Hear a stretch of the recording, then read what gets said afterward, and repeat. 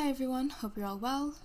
In this video I'm going to talk about Wix, what is it, why you should use it, and how to kind of get started. Wix is a very user-friendly website building platform that has a lot of built-in features to kind of give users the freedom to design professional websites easily and that look great on any device. It's built for people who aren't professional developers or don't have a lot of coding experience, as everything is already coded for you. You just need to select which design, which layout you like, and then add in your own content. So first things first, you want to go to the Wix sign up page and just type in your email, type your email in twice, password, and then just click sign up to start your account. To create a Wix account is completely free, so at this point you don't need any payment or anything. And then once you're logged in, you'll see your dashboard, and any sites that you might have created beforehand will show up here. But if this is your first time building a site, then this will probably be blank. To get started creating a site, all you want to do is click create new site. And what's going to happen then, it'll take you step by step into deciding, okay, what kind of site do you want to build, what features you want to add, and things like that. So what kind of website are you creating? You can choose between things like online store, portfolio, if it's an event booking website. You can also choose that. So there's event management, event planner, things like that. So you would just type in what your business type is and just select which one is closest. The purpose of this is just to kind of see what kind of features you might already want, and then whenever they populate your site, they'll use sort of placeholder content, so they'll use images relating to what kind of website you're creating.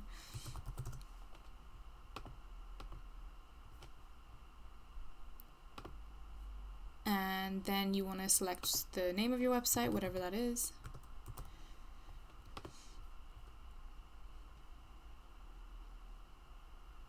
And now there's going to talk about the types of features that you want to add. So they've got an event platform. So the event platform will let you sort of create events, sell tickets, track whoever's booked to go to an event, things like that. So that's included based on the website that we chose. You have the option then of a chat function. So when someone logs onto your website, they have the option of opening sort of like a chat bubble. If there's any questions, then anyone online on the back end of the site can answer that. Then in terms of other features you can add things like an online store. You can add forms, any contact forms, any subscribe forms. That might be useful, so we'll click on that. You can take bookings, so this is different to events. So events is more, you can create sort of different like away days, you can create experiences and different kind of events, and then bookings is more of a appointment type thing. So if there's different appointments that people want to book for you, they can do that and they'll be able to select the date and time that suits them. You can also add blogs. So blogs are a really good way to kind of drive traffic onto your website and to kind of keep your website constantly updated with new content, new updates, things like that. So you can add that as well. And just kind of go through and see which kind of features you think would be suitable. Specifically for this example, I'm just going to use the events. I'll take out the chat, blog, and then some forms.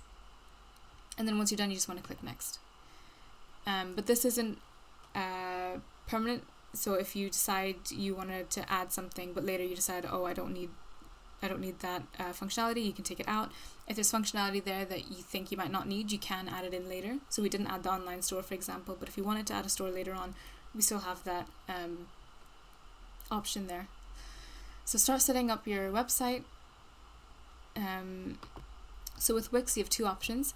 You can start with a template, so they'll show you different templates, and Wix will then you can just go in and change the content.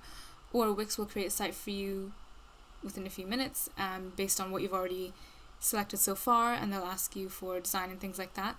With both options, it's not set in stone, so if you see a design that they give you and you don't like the colors, you don't like the font used, all of that can be changed, all of the content can be changed. It's just more how much time do you want to spend building in the beginning. So we'll click this one for now, get a custom built site.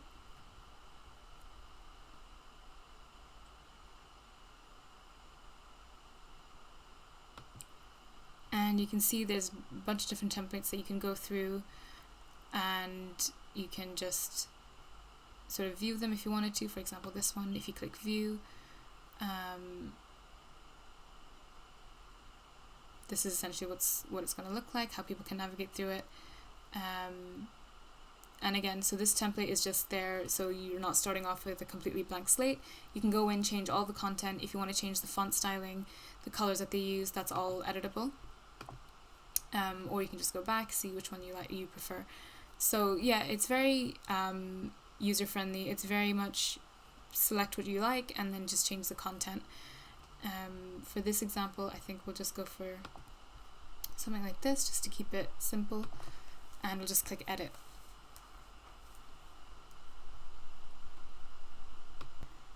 And once you hit edit, the site will then load with all of the pages and all of the content. So you can see on the left all of the different options you have. So you can add things like elements, add different sections, change the site design, things like that. When you first load the site, there's a few things that you might want to get rid of. So all of the page code and all of the ADI things at the bottom, they're not needed if you're using the template. So all you need to do is just click the minimize button for this one and then just click on the page code, and that kind of tidies that section up. But essentially you can see that the site's been loaded, and you can sort of scroll through and see what it looks like, and from there then you can decide if you want to change any of the font styling and things like that. To preview your site, what you want to do is just click on preview, and that'll open up your site without all of the edit mode options, and then you can just kind of go through the site as a user. That again, so you can see, okay, this is how I scroll, there's content here, and yeah, just kind of go through the site as a user, see what's missing, see what you want to change, and things like that. Product page, things like that. So now that you have your site developed and you've got all the pages that you want, the next thing you want to do is add the online store to the site, and you do that using the apps section of the website. So you want to go into the site in edit mode, and then where it says apps on the left, add apps, just click on that, and it'll take you to the Wix app market. And you can either search through apps and you want to look for the Wix e-commerce app, or you can go down to the sell online, just down here. And you will see the option for Wix stores, which is free to install. And you just want to click on that, and then it'll start installing all of the pages and the section on the dashboard as well. So just click add to site, and you can see now everything's loading, so it's adding the Wix stores. And once everything's all done, you'll be automatically redirected to the new shop page. And you'll see all the options come up here. So you've got your sort of almost like a guide here, so start selling, adding products, defining shipping regions and payment methods, things like that. If you come back into the shop page, so you can see you've got your general kind of shop grid. So when you first upload the online store, you'll get some placeholder products. They'll have like some basic information, product name, cost, product image, things like that, just so you can see how everything is going to be laid out. To just set up your shop page, what you want to do is maybe add something like a title and maybe a small description as well. So if we increase some spacing over here and then bring the shop grid down a little, we've got space at the top now for a title and maybe some content as well. So if we go into the add elements section and click add heading 1, and then drag the heading 1 to the top. And again, just increase the sizing and the padding and the section heights to however wide or however tall that you need it, just so everything fits nicely on the page. And for the shop, you can just, for the title, you can just call it shop or shop our products.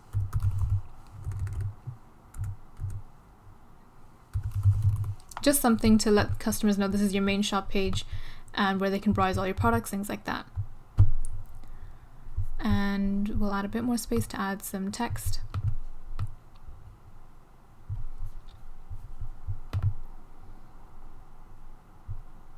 So you want to go into add elements, text, and then go into paragraphs and just pick from the 3 paragraph styles that you have.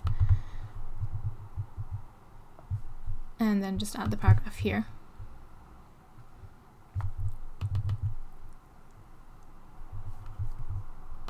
And you just want to add a quick paragraph, not only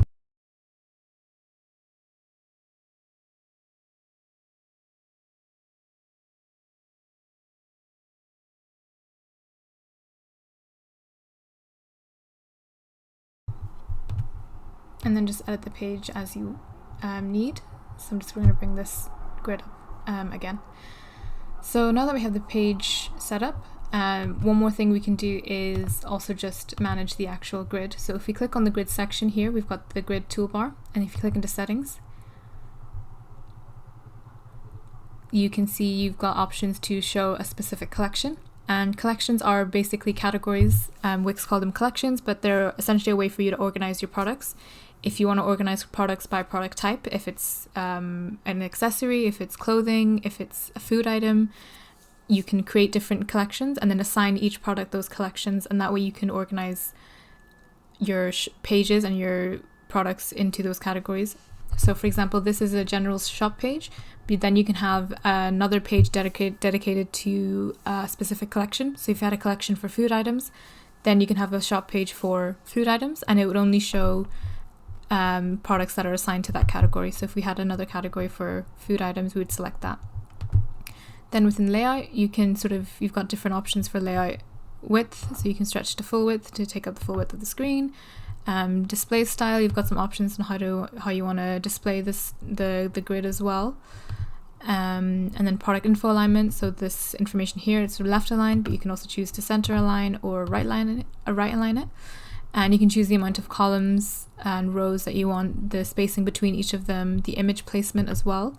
So if you wanted to change the image placement so that everything's sort of side by side, or if you want it above the info, things like that.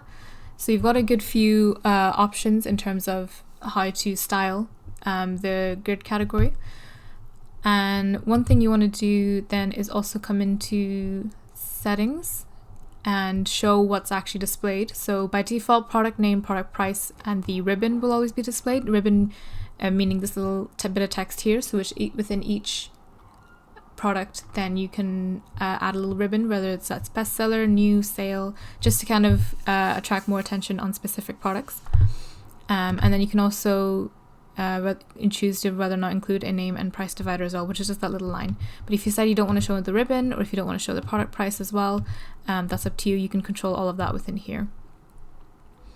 And then you can choose if you want to view more products through load more, or if you want to use pagination or infinite scroll, things like that. Another thing that might be useful is for you to use something called filters. So filters will sort of add themselves. So if you click on show filters, then it'll basically by default add a price filter. So people can use the price range to filter products that are within a certain price range. And then another thing you can filter by is things like color or size. So as you add products, you can add things called variable products, where one product may have different color options, or they may have different size options. So those options then become things that people can filter by. So we can show this once we add some options to the products, but that's just another thing that you can do with a shop page. You can choose to show the filters, or if you just want people to scroll normally, then just uncheck that show filters box. You can also add sorting. So by default it's checked off, but if you switch it on, you can just allow sort of like a sorting box over here, which kind of adds itself on the right hand side, and you can allow customers to sort by whether it's a new product or not, price sorting, or sort by alphabetical order. So you can give those options to your customers as well. And last few things you can do is just a design. So you can change the in general, like the background color of the shop grid, the product color, product name color, product font color. You can change all of that as well. And you can change the name of the text as well. So with the button text says load more, but you can change it to say view more products, and the out of stock text by default will say out of stock, but if you want to say in stock soon, something like that, you can change the text as well. So it's up to you how you want to style it and what options you want to show the user. What would be good would be to keep the filter and the sort by, just you want to make the experience easy as possible for the customer. So adding those sort of filter options and sort by options as well will help sort of them navigate around your site. So as well as the shop page, what also gets added is something called the product page. And this is essentially the single product template that every single one of your products will show. So when someone clicks on from the shop page, when they click on a product, this is essentially what they'll see. So they'll see the product image, they'll see the product name, the SKU number if it has one, the price, and the 2 color options or whatever color options that they have. If they have even more options, for example size, they'll have that, and they'll be able to show sort of like the product information, refund, return policy, things like that. So this is just a general, this is almost like a template basically. So if you come into pages and then go into under store pages, click product page, this is a general sort of template of what every single product page will look like once you add all of the content. And you have some options for styling. So if you click into the grid, to this template page here, you just want to click on settings. And you'll see the options that you have to change the product page. So if you go into main and then click customize page, you can select the page layout, things like, so this is the classic layout. If you want to look at the sleek layout and see if that works better, they also have something called stunning, which is a bit more image heavy. It's got the text within the image, things like that. Or we can keep it spotlight or simple. There's 5 different layouts basically for you to choose which one you think would work best for your products, and you would just select one of them and all of your products will follow that layout. It's essentially the template page that you have.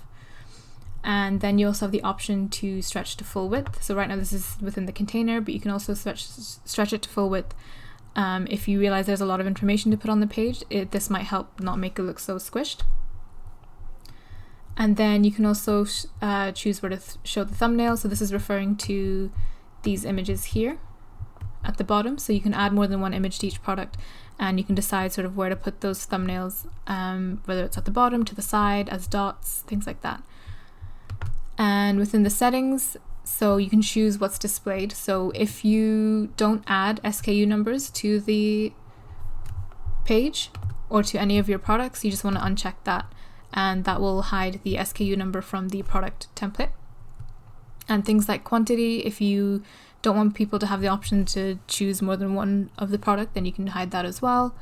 And the information sections, which is referring to this section here, so the product info, return and refund policy, shipping info, it's up to you if you want to keep those in place as well. And with the add to cart button, so there's different options of what happens when someone clicks add to cart. They can either show a success pop-up, open a mini version of their cart, or go directly to the cart page, or stay on the product page. As a good rule of thumb, it's good to just open a mini cart. That way if it'll show up almost like the product's been successfully added, but they're still on the page and they can add more products if they want to. And then with the text, so you have the option to change the button text for add to cart. So either call it add to cart, or you can call it add to basket if you prefer. And then you've got the design as well. So with the design, you can pick sort of like the opacity and background color of the actual grid. You can also pick the design of the actual product details in terms of the name, product price, options, things like that. And then the buttons as well, you can decide how you want to customize that, if you even want to customize the style or the border, things like that. So there's lots of options you can do in terms of the design of the actual page and what layouts you want to use. You are restricted to using Wix's own layout, but you've got 5 of different layouts to choose from, and you can also choose the text color, font sizing, things like that. So it is pretty flexible in that way. And then once you're done, obviously just click save or publish to make your site live, and that's essentially your product page and your shop page set up. The other pages that you'll also get is something called the cart page. So this is a default page. Once people start adding things to their cart, they'll be able to see the list of all the things that are in their cart, and they can review and remove things if they need to, or add more things if they want to. And then they also have the thank you page. So this is right after they've successfully completed their purchase. They'll be given sort of like an order number, and they'll be giving a sort of overall of what they've bought, how much they've paid, any shipping address, billing address, things like that, an overview. And you'll also get a a confirmation as well when someone's successfully purchased a product or products. You'll be given an order number and obviously all of their details of what they bought, where it's going, things like that. So that's all the pages, and once you're happy with everything, you would just click save and then publish live when you're ready. In the next few videos, we'll go over sort of adding products. You can add both physical and digital products if you wanted to sell maybe books or some PDFs, things like that. And then you've also got quite a few options in terms of shipping and delivery, or if you wanted to set up a click and collect store. And then we'll also go over how to set up collections and collection pages, things like that.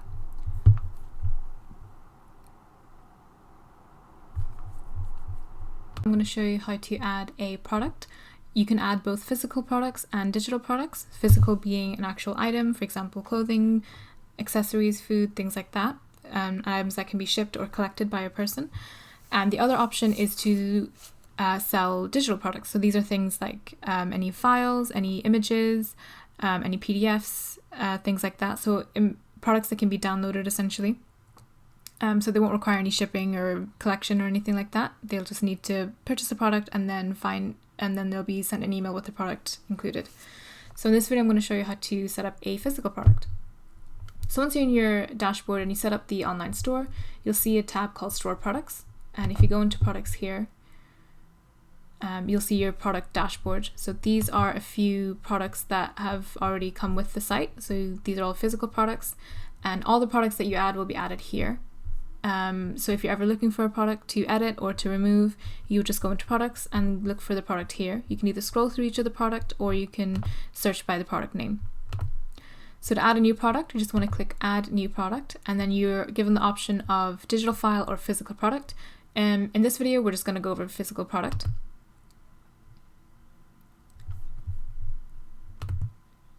Once the page is loaded, you'll see it's a blank version of the back end of a product. So it's things like the any images, product info, product name, all of that we have to fill in ourselves. So the first thing you want to fill in is the product name. So for example, if you wanted to sell a yoga mat, you would just call it yoga mat or whatever appropriate name it is. And this is the name of the product, and it's what's going to show on the product page, it's what's going to be displayed on the shop pages, things like that. The next thing you want to add is any images. So if you click on add images, you have the option of adding multiple images and not just one. So again, you can either upload images from your computer, or you can use media from Wix, whichever one suits best. For product images, it's always best to use the actual product image and maybe how it's being used, things like that. But yeah, you're not limited to one image, you can use a few images as well. The next thing you want to do is add the basic info. So the name being the name of the product, which automatically should fill in once you fill in the name up here. The next thing then is to fill in the ribbon. And this is just a bit of text like new arrival or sale to kind of make this specific product stand out a bit more. If it's a product that you're wanting to sell a bit quicker, if you're wanting a product to be showcased a bit more, adding that little ribbon will kind of draw attention to that product a bit more. Just to show you what it looks like, you can see this product has the ribbon bestseller, and this one is a bit more eye-catching than the rest because it's got that little bit of text over here. So the ribbon text is optional, but it's a good option to have if you are wanting to draw more attention to a specific product. And you can see with the ribbon, it will show up ribbons that you've already used before. So for example, new arrival, if you've already used it, it'll add itself. It just means then it kind of remembers the options that you have, and you don't have to constantly make new ones all the time. So the next thing then is the description, and this is just a basic description of the product. So you want to add things like product size, how it's meant to be used, any instructions, things like that. With the products as well, you can sort of stylize the text that you have. So you can add sort of bullet points, numbered bullet points. You can also bold some text as well to make certain parts more sort of eye-catching, things like that. You can also add links. So if you want to link to an external website, or if you want to link to another page on your website, you can do that as well. So if we highlight maybe exercise and then click on the link tab, we can either link to an existing website, or you can link to an existing page on your website, maybe to a blog, something like that, to kind of increase the internal linking a little bit. The other thing you can add is additional info. So you can add additional info in terms of, for example, refunds and returns, and whatever text you want displayed underneath that title, you would just add within that section as well. And then you can also add maybe how to care for your product, things that would be beneficial for the users to know, and you don't want it to get lost within like the product description. So you can add it within the additional info section, and then it'll appear separately to the product. And then the other thing you want to do is come into the collections and make sure you assign it a collection. So as I said before, you can assign it to more than one collection, or you can just assign it to the one collection. By default, it'll always assign itself to the all products collection. That's just so it shows on your start page. But then you can assign it to another collection if you want, or all the collections if that's the case. And again, if there's a collection here that's not been created yet, you can just create a new collection just like that and type in the name of the new collection.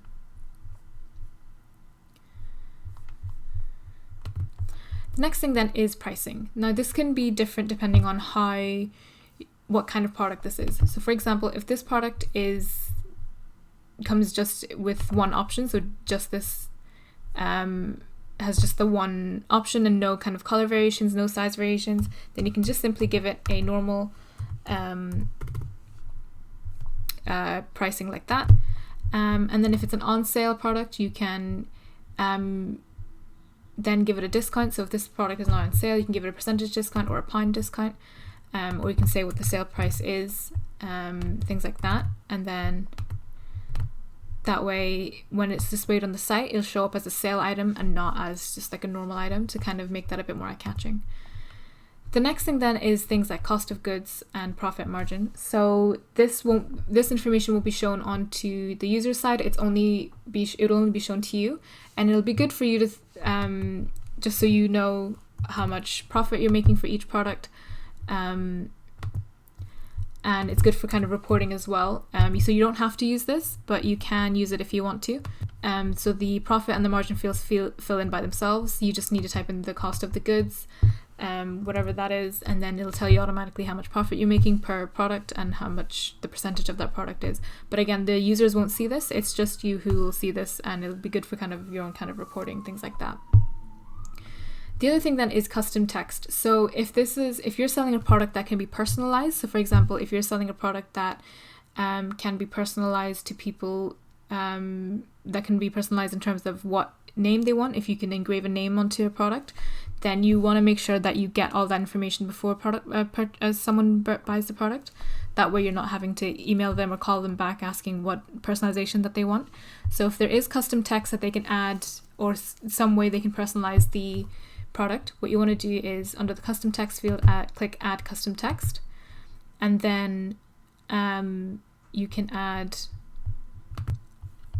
the questions that they need to ask. So what name would you like?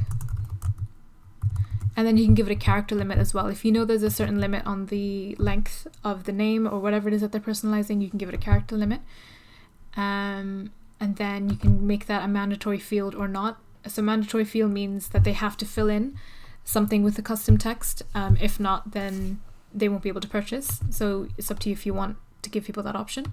And you can add a lot of different customizations. So you can add, if there's another customization that you want to add, same thing, you would just add the field title and the character limit and whether or not it's a mandatory field. The next thing then is product options. So this would be useful whenever you are showing different options that the product comes in. So like different size, different color, different materials. You can give them different pricing options. And you can set different sort of inventory tracking as well. So if we click add options, and for example, if you want to give it a color option, so you can see color options, if you've used it before, it will come up here. And you can either show the product as like the list of colors as a list, or you can show it as colors. But it might not show the exact shade of color that you want, so it's always best to maybe just keep it as a list. But if the color, you just type in what color options they are. So for example, red, blue, green, and just every time you type in a new product option, you just want to click enter to add the new option, and then just click add. And then what you can also do is add another option, for example, size. And you could do small, and then you can actually specify maybe 20 centimeters by 30 centimeters, and that way people can sort of see actual size options. So it's up to you how you want to add the size options.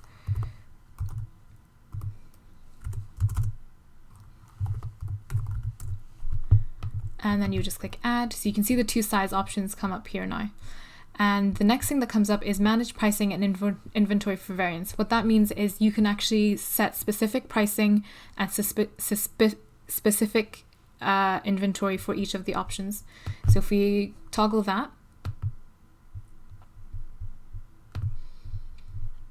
so you can see these are all the variants. So for example, a red yoga mat in size small, blue yoga mat in size small, green yoga mat in size small, red yoga mat in size small, blue large or in size large, blue yoga mat in size large, green yoga mat in size large. So they'll make variants out of all of the variations of the product out of all of the options that you've set, and then it's up to you how you want to price them.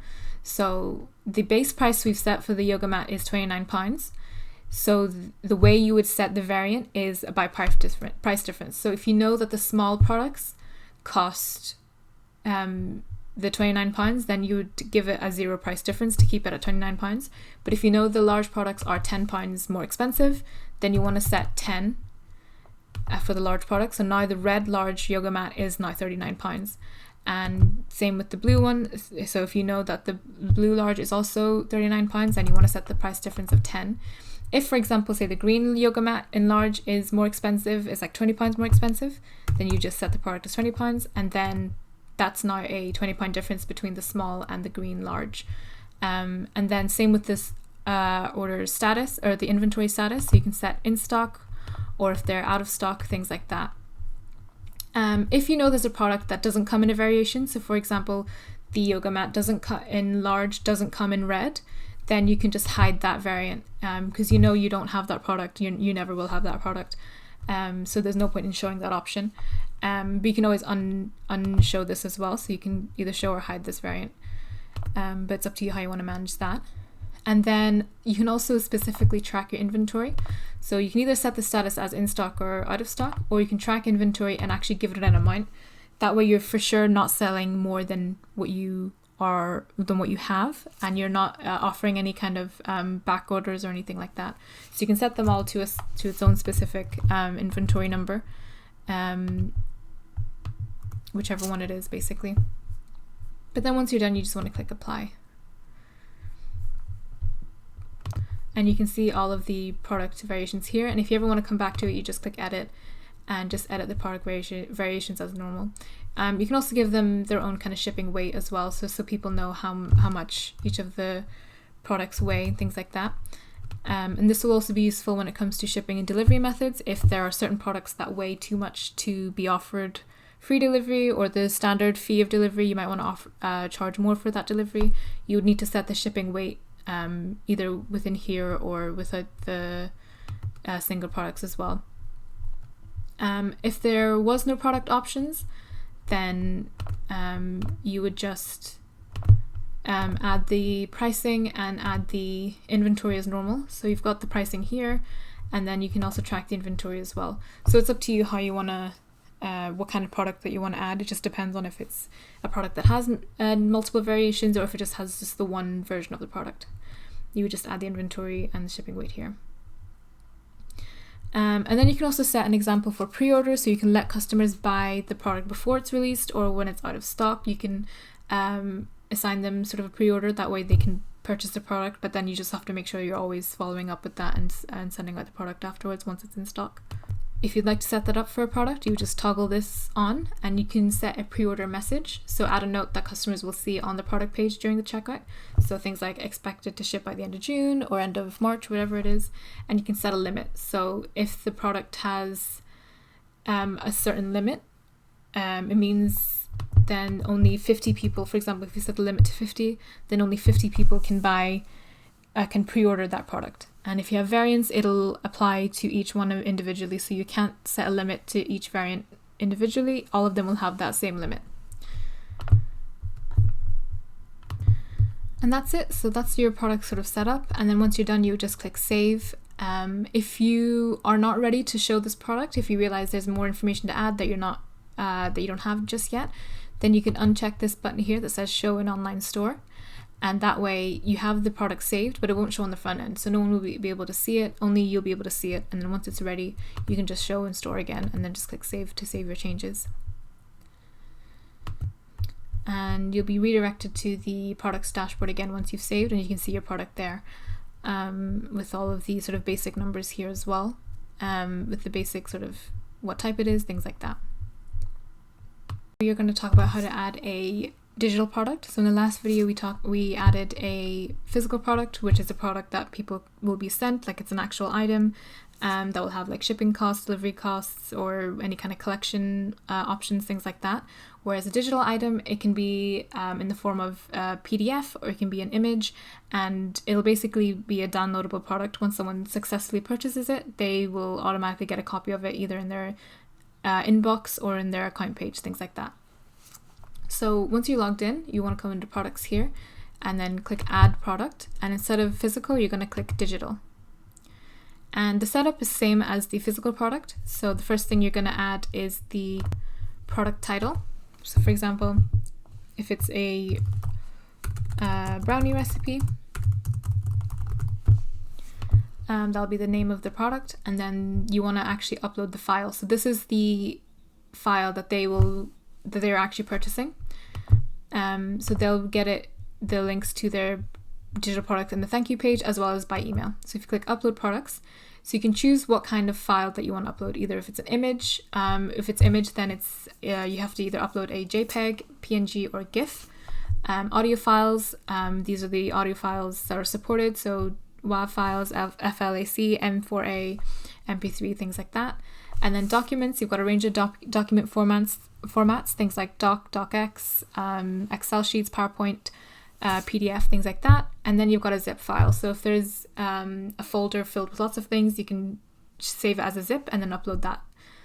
But basically you just want to upload whatever it is, and then just click upload media to open up your file explorer. You can either upload from your computer, or you can upload from Google Drive, things like that. And you just want to upload the product as normal. So once it's uploaded, you should see it in your site files. Just up here, and then you just want to select that and just click add to products. So that's the link here. That's the file essentially. So they'll receive the links to download their digital products in the thank you page, along with an email link that will last for 30 days. So as previously, so you just want to continue adding the product information. So things like the name, which will automatically be taken in the top part here from the title, and then the ribbon. So this is just a bit of text basically that'll go on top of the image to kind of draw more attention to the product. If it's, for example, a sale item or a new item that you want to put a lot more focus on, this kind of ribbon will be attached to the image, and then it'll just draw a bit more focus on that. Then you want to give it an image, so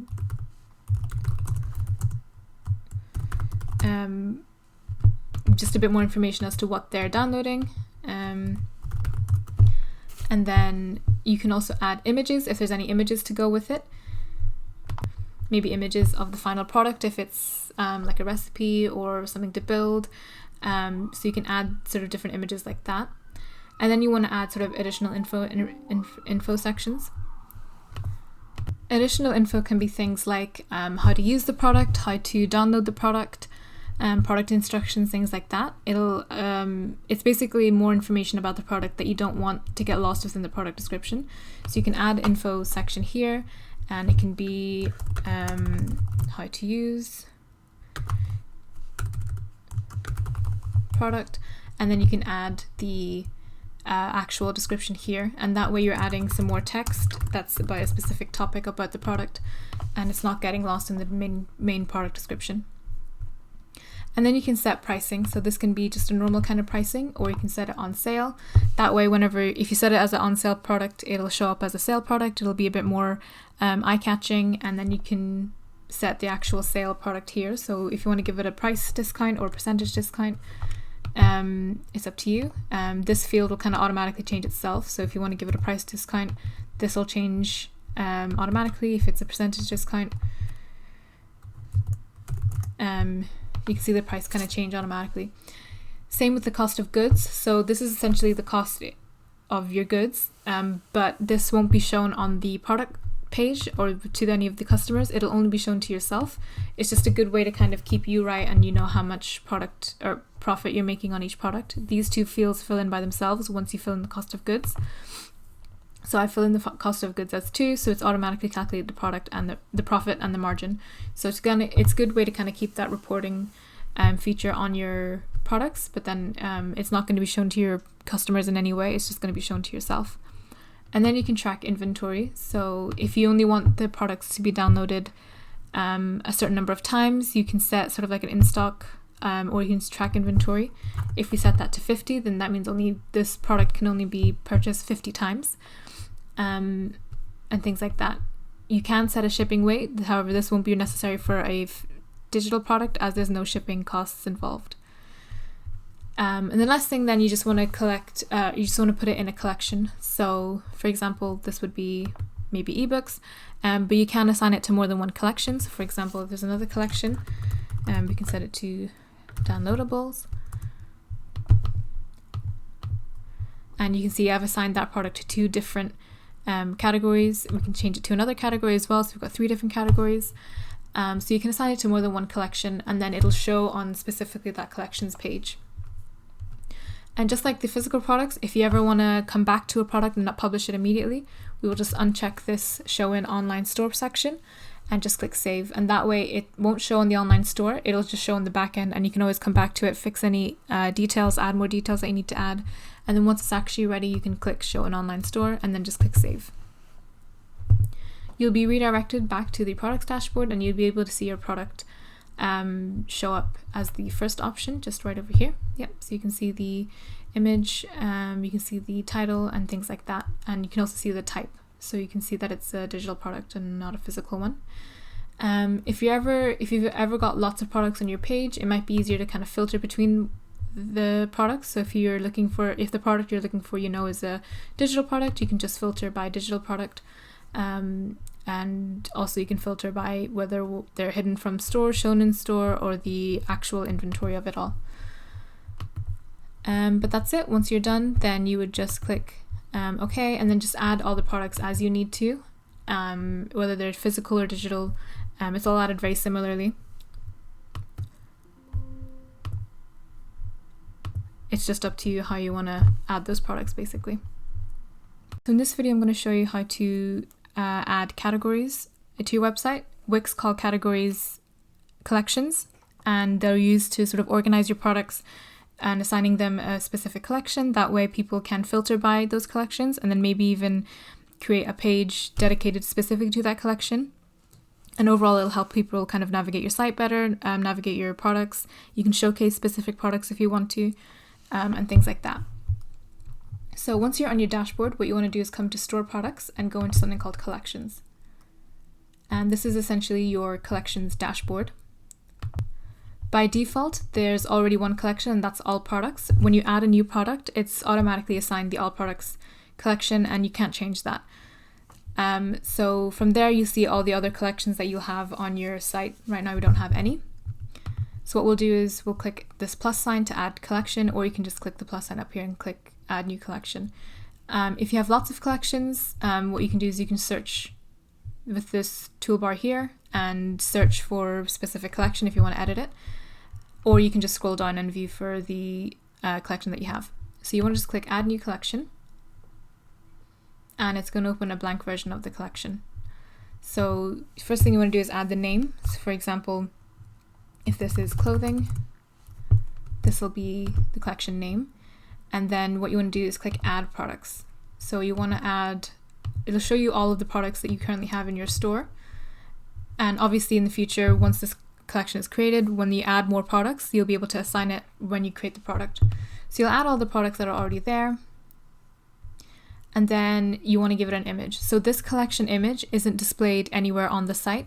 It's just displayed on the back end of the collections, so that when you are navigating throughout all the collections on your site, it'll be easier to go through them if you have a collections image attached. But this isn't used on the site, it's used on the back end of the site for you to basically make it easier to look for the collection that you want.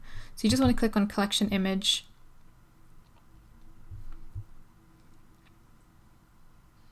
And then either use an image that's already been uploaded to your site, or upload media from your computer library and onto your Wix. You can also use media from Wix as well, and then just select whatever image you think would suit that collection. And then just click add to page. So yeah, once you've added the name, added all the products, added a collection and the image, you just click save.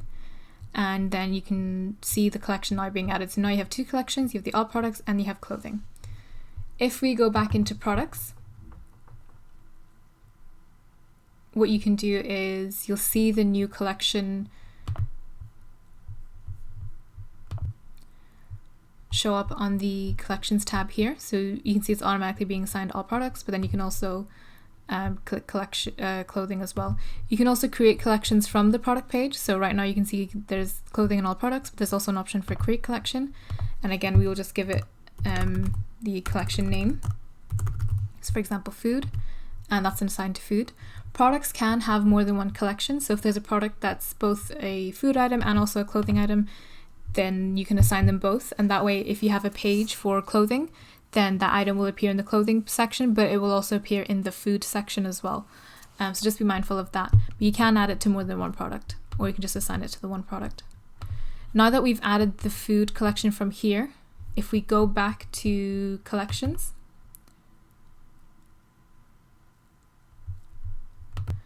you can see now in the collections we have three. We have all products, clothing, and we have food. If we click into that, we can add products in bulk from here. So if we add all of these, but then also add an image as well, we can give it an image. You can use media from Wix, or you can upload your own image. But essentially you can always come back to the collections dashboard and make any edits to the actual collection as well. So you've got all products, clothing, food. So you're adding collections both ways. You can either add it directly from the collections page, or you can add it as you're adding products as well. And you can always come into collections to edit the actual collections part. If you're wanting to add products in bulk to the collections, then it's easier obviously to go into collections, go into the actual collection name, and then add products using the add products tool. So then you're not adding one at a time, you can just bulk add them as well. Or if you're adding products one at a time, then you can assign them the collection as you're adding the new product. So it's up to you how you want to do that. But yeah, once you're all done, you just assign all the products, and then that's essentially all the products assigned. Once you have all the collections created, you might decide that you want to have a page dedicated to that product, to that collection. So for example, we have the general shop page, if we go here. But this page displays all of the products, no matter what category or collection that they're in. So you might want to have a page that only shows products that are assigned to the clothing category that we created, collection that we created earlier.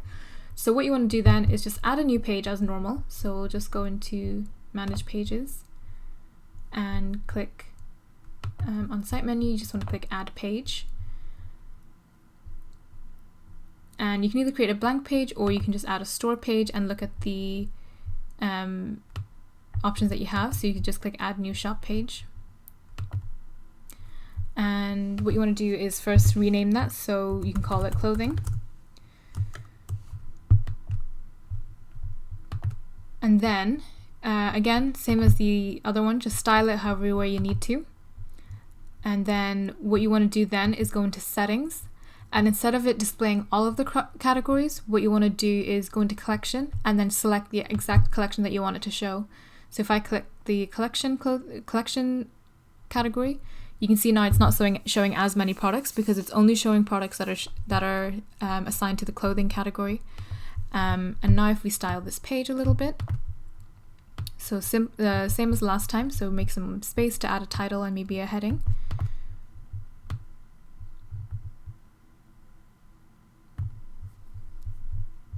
Click add elements to add a title, add a heading 1, and then just drag that up at the top.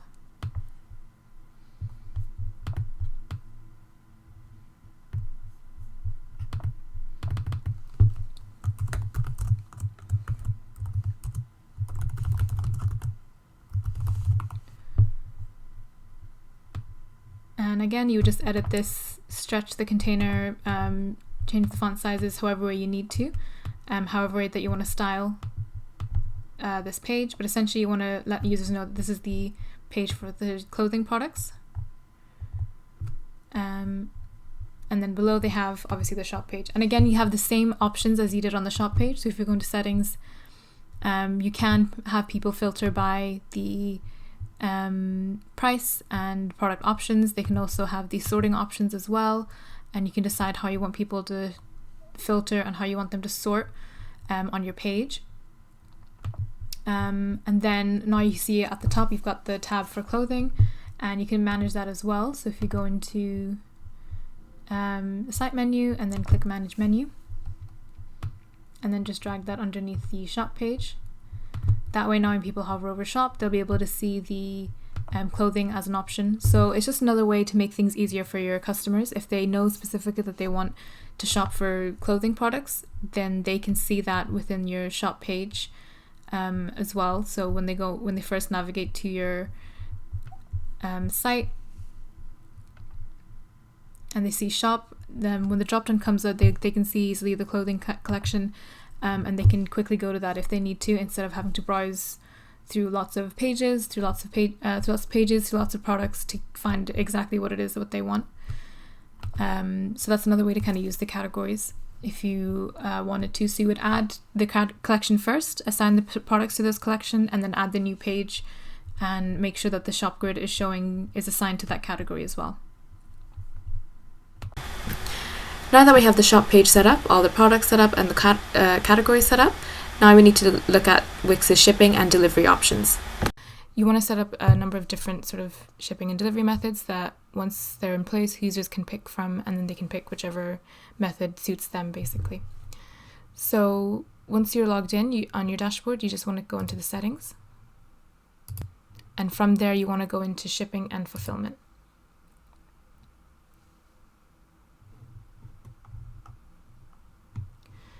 So this is your shipping and delivery section, and the first thing that you want to add is the shipping regions. So by default, Wix stores kind of come with 2 regions already added, one for your own country, so domestic, and then one for the rest of the world, international. And by default, they both offer free shipping. So to edit your local one, to edit your domestic region, you just want to click edit.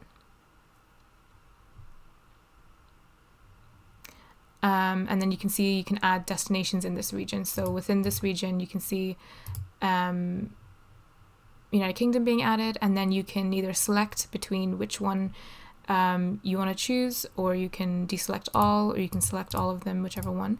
If there's more countries to add to the domestic region, then you would just click into that section here and then add a country basically. And just go through the list and make sure all of the shipping destinations are there basically. And then when you scroll down, you can then apply shipping rates to the region. So there's free shipping being offered, which is just a general free shipping. The shipping option name comes up as free shipping, but you can call it something else. This is essentially what people will see when they select their delivery method. And then you can give it an estimate delivery time, which is optional, but it'll be shown on the checkout page. You can also then decide if you want to add a flat rate So this is just the same rate that's going to be applied to a customer's entire order. So for example, and you can have different rates involved. So for example, if you wanted to offer standard shipping, you would just type in standard shipping, and then you can give it a business time, or delivery time, so 3 to 5 business days, and then you can give it a rate of maybe $4.50. And then what you can do is then add another shipping option and call it maybe next day. And again, give it a different sort of delivery time. And what you can do then, you can charge different rates basically for shipping. If you know certain shipping and delivery types will cost different amounts, you can offer different amounts of shipping, and then people can pick if they want standard shipping, which will take longer but cost less, or if they want next day delivery, which will take shorter but then cost a bit more. You can add different amounts to each of them. What you can also do is add a handling fee to every order. So this is basically if you wanted to charge a bit more for anything else that might need it. For example, if you're selling anything delicate, you might need to ship with more sort of protective packaging, things like that. You can add sort of like a handling fee to each order, and this will be standard for any kind of order that you have. Another thing you can do with the flat rate is offer free shipping when someone buys over a certain amount. So for example, if you wanted to offer free standard shipping if someone buys over £50 worth of items, you would just click on offer free shipping for this one, and then just click and just type in the amount that they would need to buy, meaning they can get standard shipping for free if their order totals more than £50. Same thing if you wanted to offer next day delivery for free, you would just click offer free shipping. But for this one, maybe you want them to spend over £100, and that way they'll get next day delivery free. So it's up to you how you want to use that. So it's pretty flexible in terms of how many options you can have and different things like that. The other thing you can do is do a rate by weight. So if you remember from a previous video, we can add a weight to each product that you add, and then this comes in here basically. So you can basically set a rate for the weight of the total order. So if you want to give this a name, if we call it standard shipping,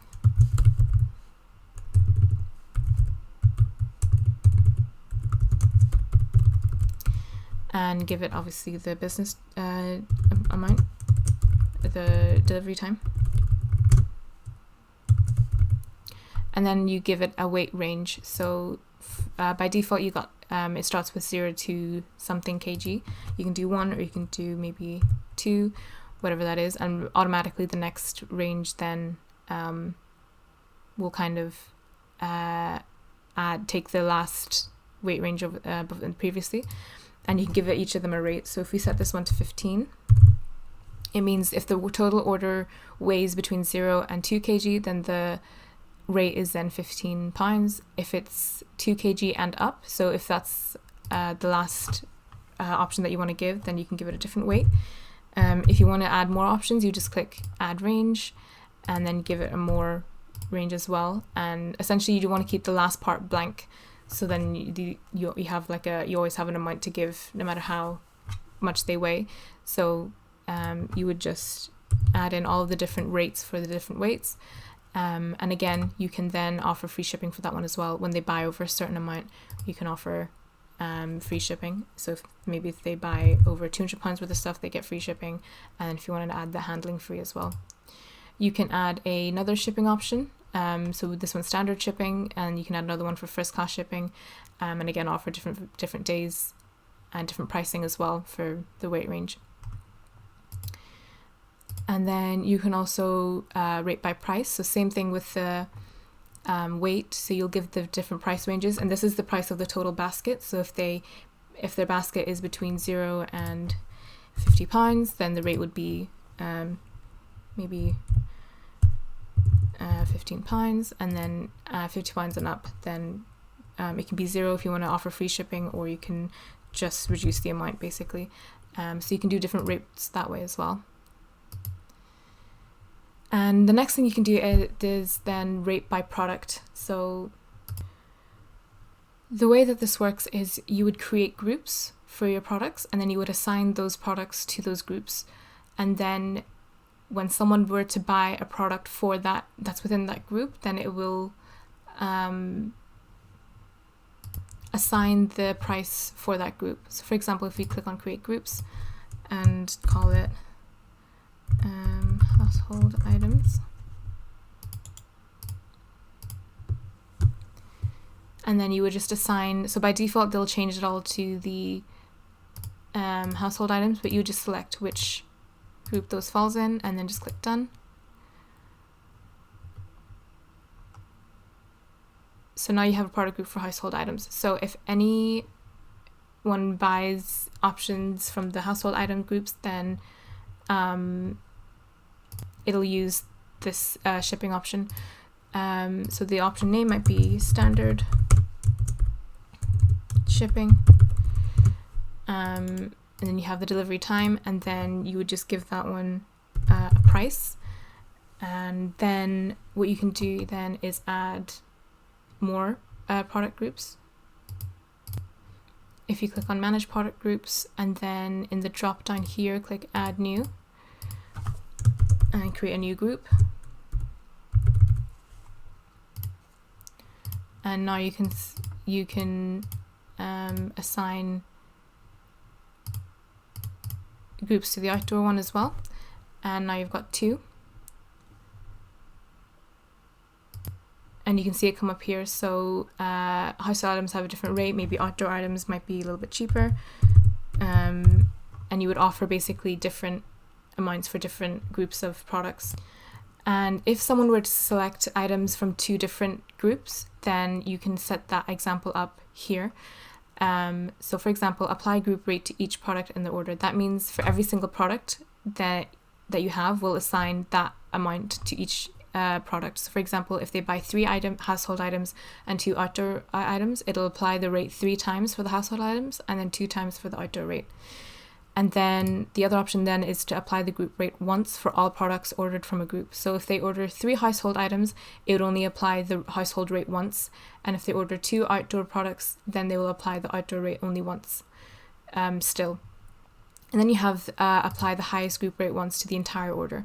So it'll only add 1 rate, and it'll just take the highest. So if they select 4 household items and 3 outdoor products, it'll only add the £5 rate, as it's the higher rate, and it'll apply to the whole order. Or if the outdoor rate was, for example, £8, and they order 2 items from the outdoor and 1 item from the household, they'll apply the £8 rate once to the entire order because the outdoor rate is higher.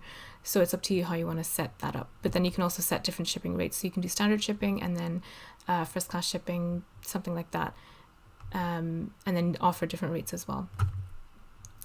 The other thing you can do then is add pickup options. So if you don't want to offer any kind of delivery or shipping, you just want people to collect their product in store, for example, you just click add pickup and then set up the pickup details. So it's really just the pickup name, so store pickup, or we can call it collect in store, and then you would need to pick up the enter the pickup address, whichever the address it is that you want people to come. It could be your business address. And then when will the order be ready for pickup? It's optional, but it'll be good to have. So you can say available today, ready in five business days. Or you can say ready between 3 to 5 business days, something like that. And then you want to give the pickup instructions. So by default, you can use this. Please wait for the notification before picking up your order. Your order confirmation and ID will be needed for pickup. And you can give your store opening hours as well, so they know what time they can pick it up from, and any other information you can add as well to the pickup instructions. But you want to make it as easy as possible and with clear instructions as well, so people can pick up their items easily. The advantage of having just the pickup option is that people can still pay for their items online. So you'll still get payment for it. They just need to go in person and pick it up. So it's not like they need to pay when they pick it up. They'll pay first and then they can pick it up as well. Another thing you can do then is add something called local delivery. So you can offer hand delivery to areas within this region. So that's if you're not using sort of third-party mailing services, if you're not going to use those, what you can do is add local delivery, and you can give it a name. So deliver to Lisbon area, for example, because you know that's an area that you can deliver to yourself, and then you can give it a delivery rate. Maybe that might be cheaper, and then you can offer free delivery if someone orders a certain amount. And then you can set the area either by postcode. So if you know there's postcodes that you can deliver to easily, you can set those postcodes, or you can do it by radius. So you would enter the address, and then you would give it the radius. If it's like a 1 kilometer radius, 15, something like that. And then you would give a delivery time. So you give an estimated delivery time as 1 to 2 days, or you can set up delivery time slots that people can pick. So users will pick the time slots that you have, and then you would just follow that and deliver between that within that time slot. And then you can set a delivery type and conditions. So you can offer same day delivery, next day delivery, or minimum 2-day delivery. And you can set the number of days that way.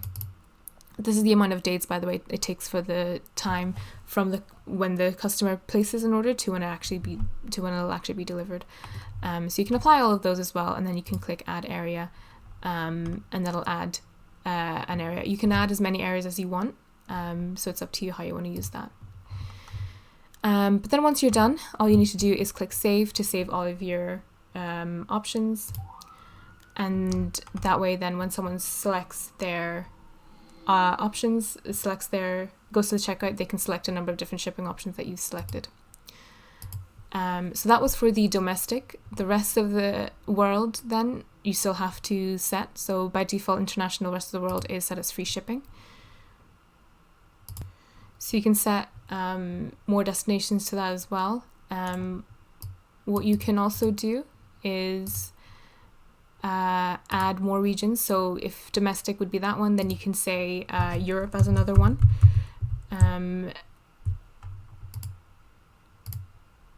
Instead of calling it region 3, you would call it Europe, and then you can add sort of countries that fall in that you would deliver to, and then you can set delivery as well. So you can set delivery for different parts of the world.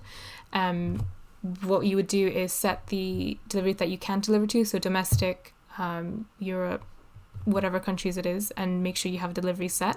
And then when it comes to the rest of the world, what you would do is just click into it, and if you don't deliver to anywhere else apart from where you've selected, you would just go into the 3 dots and just click delete shipping region, and that way when someone adds in an address that doesn't fall into domestic or the other regions that you set up, users get a message that says, sorry, we don't deliver to this area. So you want to make sure that you set up all of your shipping regions, and then whichever one that you don't set up any shipping delivery for that one, and then it'll come up that we don't ship to those areas, basically. But that's basically it. Once you're done with everything, just make sure you save all of that, and then all of the options will show up in the user's checkout page, and then all of the relevant shipping will be added. So now that you have all the products set up, and you've got the payment set up as well, and you've got all of the shipping and delivery methods set up, now it's time to make sure that your site is optimized for SEO, and Wix have a lot of tools to kind of facilitate that, to make sure everything's optimized and that you have everything that you need. So to start off with the pages, what you want to do is go onto the page that you are wanting to optimize, and then click into the page drop down, and then what you want to do is go into manage pages. And you have a list of all the pages here, and you just want to make sure that each of them have all the basic SEO set up. So for example, the home page, if you click on the 3 dots for the home page, and then you see the option for SEO basics, you just want to click that. And you can see sort of the preview on Google, what people can see when this page shows up in search results, and how you can change it. So for example, and this is the snippet here, and this is the page title. So right now the page title is home, and the site name. So if you wanted to change the title for that, you would just click into the page's title tag, and you can see there's a character count over here as well.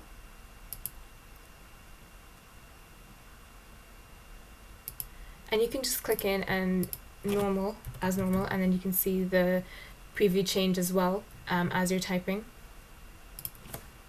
And this is essentially the title and the description, and you're going to use it to kind of explain to the user what exactly this page specifically is about. The next thing that you want to add then is the page's meta description, and the meta description is just a description that shows up in search results. It won't show up on the actual page of your website, it's just on the search results section, so when this page comes up in results, people will then read what's that page about, and will it match basically what they're searching for. And just like the title, you would just click into this section and then just type in exactly what the description that you want would be here, and you just paste it in. You want to make sure you pick a description that accurately describes what's on this page specifically, and you're using sort of words that you want to rank for and want that page to rank for. So your description should be under 500 characters, and you can see when you type in, there's a little kind of character count here, so you to kind of keep yourself right. The other thing then is the let search engines index this page. This is switched on by default. It just means you're allowing Google to kind of read this page. So you want to make sure that stays switched on. By default, it should already be switched on anyway. So all the pages work exactly the same in terms of the SEO basics. If you go into the About page, for example, and click on the 3 dots and click the SEO basics, and you can see then the snippets show up like here as well. You've got the About, you've got the title, meta description, search engine indexing the page. One thing that you might need to change is the URL. So as you're adding pages and you're adding blank pages, the URL might not change intuitively. So what you want to do is click into the URL and actually just give it the actual URL that it's meant to be. In this case, it's About. But again, you would just switch on, make sure the search engines index this page toggle is switched on, and then add the title and add the description. That's really important as well. For the blogs, it's slightly different. So if we go into the blog section of your website, so you can see I've opened up a blog here, and once you've finished writing your blog, you just want to go into the SEO tab here, and you can see all of the SEO settings on the left here.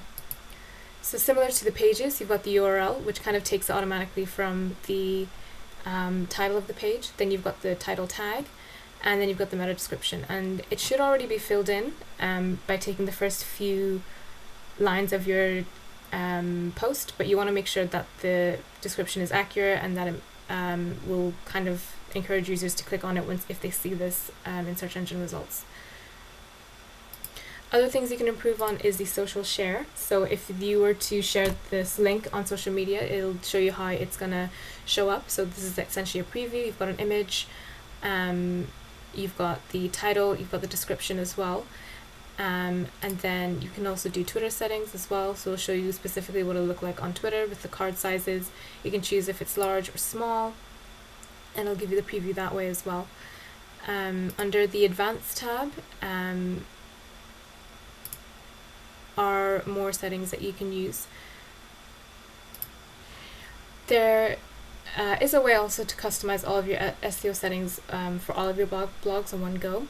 If you click into this tab here and click go to SEO settings, it'll give you an overview of SEO settings that you can use, and it'll apply those settings to every single post on your Wix site.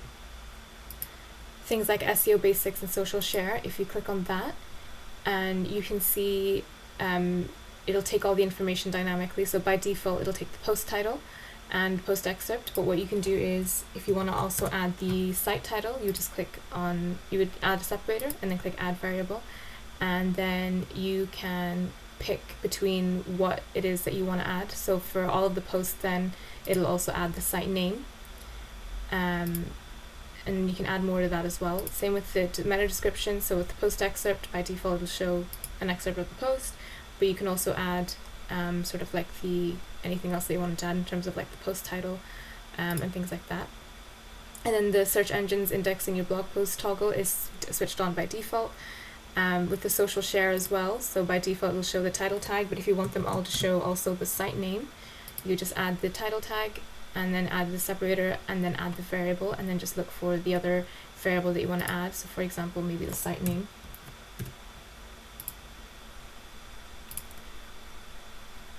and then you have the cover image as well added, and then you can set the Twitter settings as well.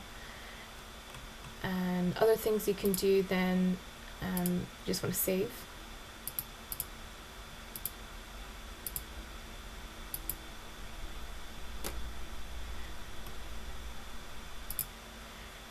So for example, the page URL. So by default, the page URL is going to be your domain name /post/postslug, which you can keep or add more variables to.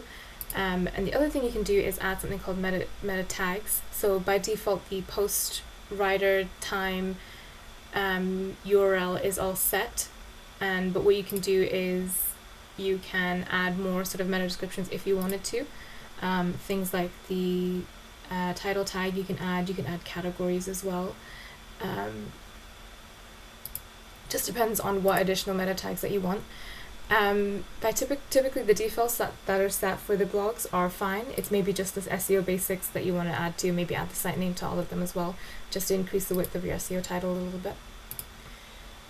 Another thing you can do is if you go into SEO settings as well, so from the marketing and SEO and go into SEO tools, you can set up the SEO settings for the main pages. And again, so that was for the blog post, but then you can also set up the SEO basics and social share for the pages as well. So by default, you've got the page name separator and the site name. You can get rid of the site name if you wanted to, or you can just keep it in there, and you can add more variables to it as well. So by default, you can add like the business name, business description, things like that as a default, basically. If you come into the Get Found on Google tab, you can then use the SEO setup checklist, where Wix will kind of talk you through step by step how to improve your site for SEO. So it'll ask you sort of questions, and then it'll give you a checklist, and then you can connect to Google as well afterwards. So if you click Get Started, it'll ask you for your business name.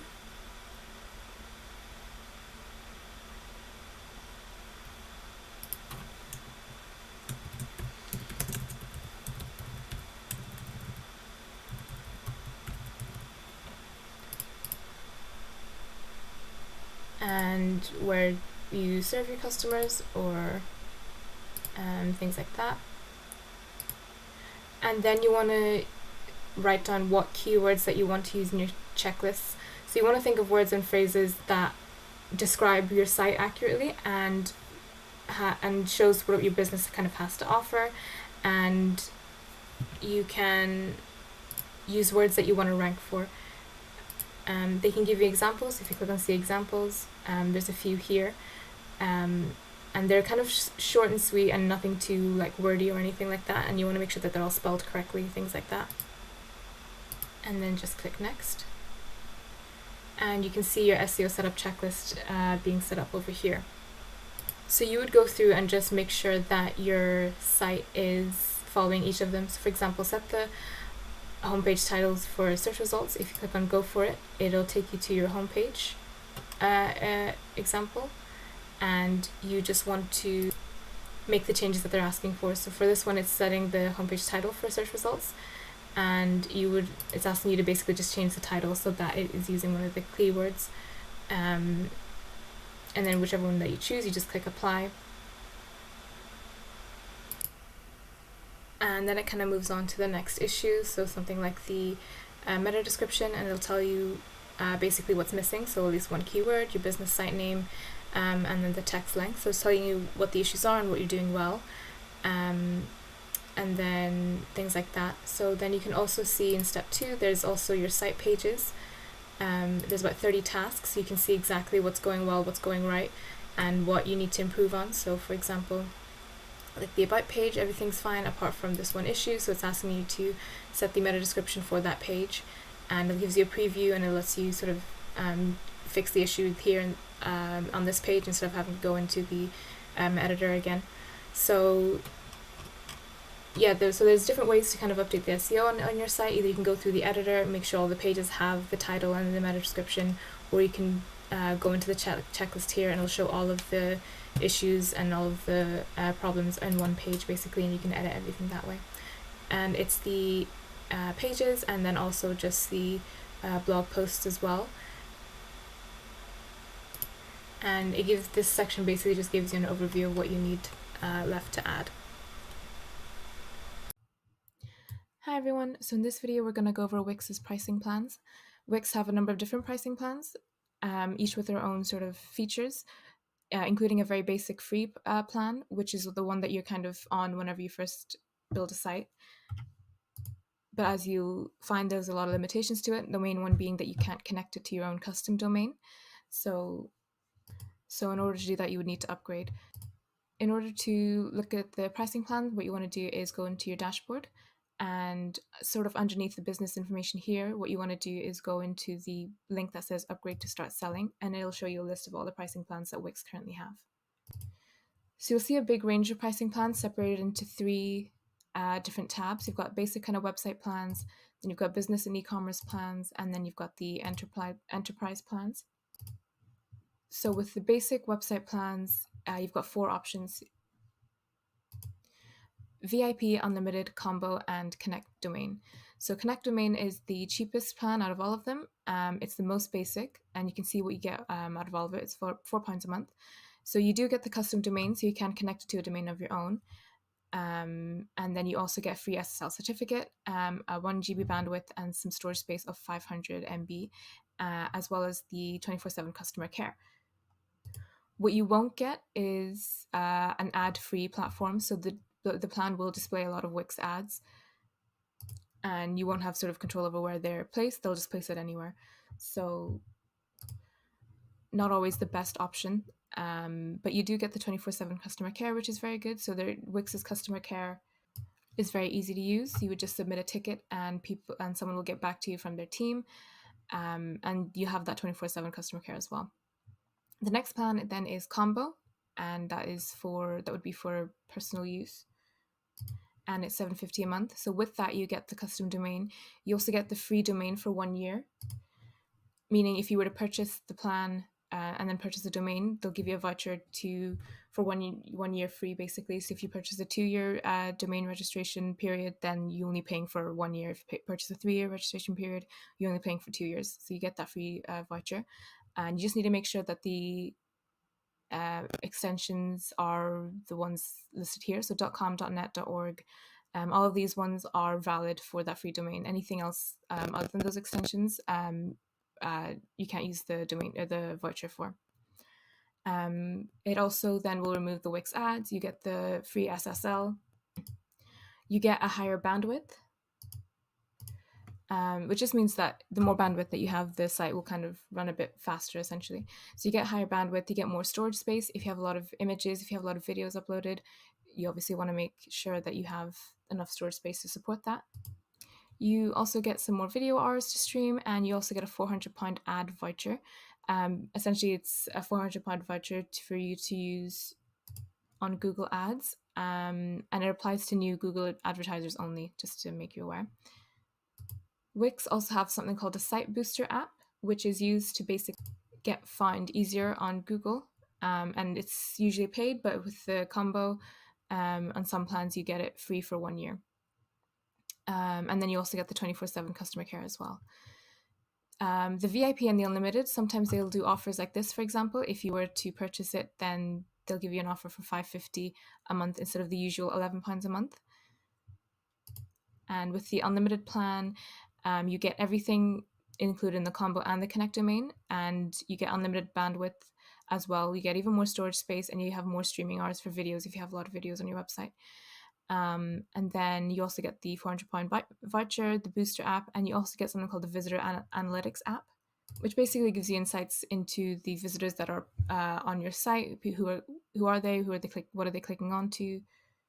What pages get the most views? Things like that. So you get that free for 1 year, and the 24/7 customer care. And then finally the VIP, that it has everything that's included in the Unlimited, and as well as more storage space, more video hours, and then you also get a professional logo made if you don't already have one. You can also get social media logo files that are kind of ready to use for all your social media channels. And then the customer care is a little different, so you get the priority customer care, so you won't have to wait as long for a reply. You'll be kind of first in queue, basically. Just to make you aware, these basic plans don't involve any sort of e-commerce plans or e-commerce functionality, meaning if you are selling something, you would need to purchase someone from the business and e-commerce plans, as these plans don't allow you to take any form of payment. But if you don't have any e-commerce, then you're free to kind of use any of the plans from here. If you do have an e-commerce functionality on your site, then you want to switch to business and e-commerce.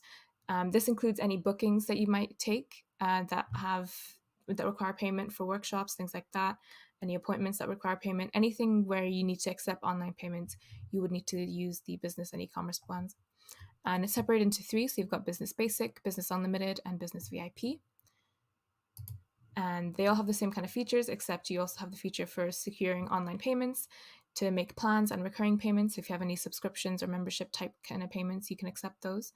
The ability for customer accounts, a custom domain, things like that. So with the basic plan, it's £15 a month, and you get everything that's mentioned here, including no Wix ads. You can connect to a custom domain. You get unlimited bandwidth, and you get a bit more storage space as well.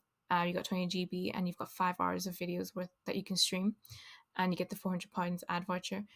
There's also an option for customized support or customized reports, which you don't get with the Business Unlimited, but you get with the Business VIP, and then you get the 24/7 customer care.